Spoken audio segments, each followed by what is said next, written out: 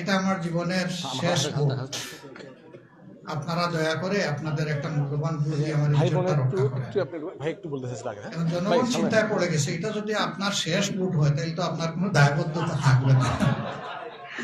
আবার আমাদের কাছে যে আসবে তাকেই না আমাদের বেশি দরকার।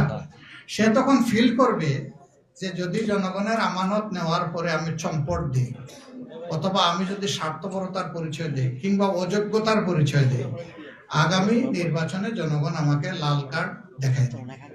তার একটা তাকদা থাকবে, তার একটা দায়বদ্ধতা থাকবে, কিন্তু জীবনের শেষ ইলেকশন হলে সেটা থাকছে না।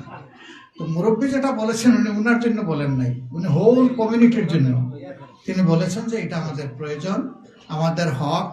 হ্যাঁ, দেখেন যে রাসূল করিম সাল্লাল্লাহু আলাইহি ওয়াসাল্লাম ছিলেন রহমতুল্লিল আলামিন। তিনি শুধু মানুষের জন্য রহমত না, সমস্ত সৃষ্টির জন্য রহমত।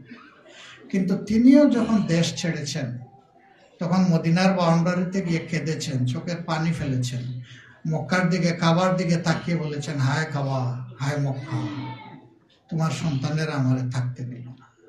কে? যাকে আল্লাহ তাআলা সমস্ত সৃষ্টির জন্য রহমত বানিয়েছেন। একথা কি প্রমাণ করে? সবার আগে নিজের জন্মস্থান অথবা কর্মস্থানের হক সবার আগে, এটাকে কেউ ইগনোর করতে পারবে না। আমাদের জন্য দোয়া করবেন, যেন মনে রাখতে পারি। জি।